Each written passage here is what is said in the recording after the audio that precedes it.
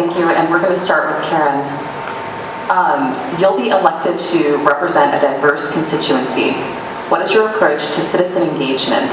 Can you discuss a time when a perspective that is different than yours made you reevaluate a situation and affected your approach to problem solving? Just the first thing that comes to mind is when I was block walking and knocked on the door of a elderly woman who invited me in to sit at her kitchen table. Her cat would not leave me alone, and she talked, and she wanted to talk, and she talked for about 35 minutes before she took a breath, and I listened. And it turned out that she was on a very different national political spectrum from me. But when it came down to local concerns and her own home and her own neighborhood, we agreed completely. So that made me realize that I needed to look beyond the ideology of somebody, and I should look at their lived experience. And her lived experience was that she loved Denton. She loved her home. She loved her neighborhood. She wanted to preserve that. She wanted the quiet streets. She didn't want apartment complexes going in behind her, which were being proposed at the time. Her lived experience was very similar to my lived experience of loving my own home. So that has helped ground me, I think, in how to make decisions for the people of Denton. What is their lived experience? What do they care about? There shouldn't be ideology in our decisions up here. We should remember the people sitting at their kitchen table, and I know that's a stereotype, but people still have kitchen tables, and what is of concern to them.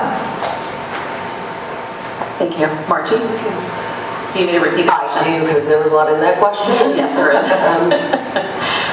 Okay, you'll be elected to represent a diverse constituency.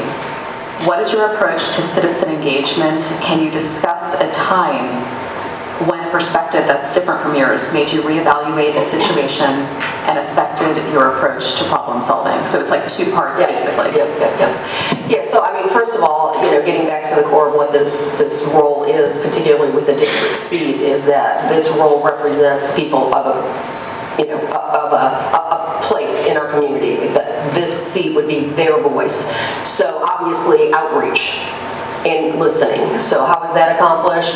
Well, it could be through town halls, it could be just through regular newsletters and website updates, constant communication, honestly, and listening, understanding what the needs of the community in your district are, and then bringing those needs and being that voice when you are sitting up here. That is the role of the district city council rep. As far as a time when, many times I would say that happened in public hearings at planning and zoning. Just because you don't live necessarily in that particular place in the city where that community member does, and so you delve into it with them and you listen to what their concerns are that you wouldn't know about because you're living somewhere else in the city. So listening without judgment, without a preconceived notion, is the only way, honestly, to do this job, and it's what I subscribe to as a human being. So thank you. Thank you. Susie, would you like for me to repeat the question? I'll try to remember it, I think. I'm gonna go off on that.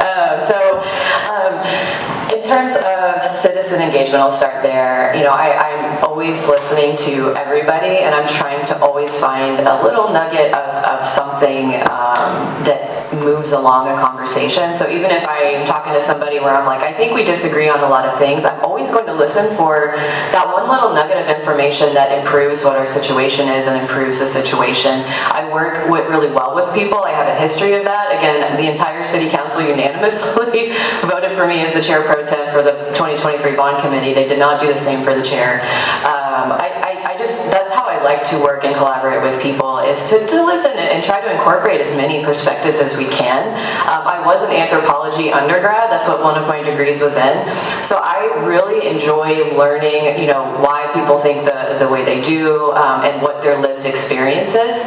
And we have to empathize with each person, whether we agree with them or not, to try to understand what it's like for them, how city decisions impact their life, good or bad, and then also how that impacts other people, right? Because we all have different life situations, and we need to make sure that our city is listening to everybody across the city, taking care of everybody across the city, because that makes our city as a whole healthier when we're taking care of everybody and listening to everybody.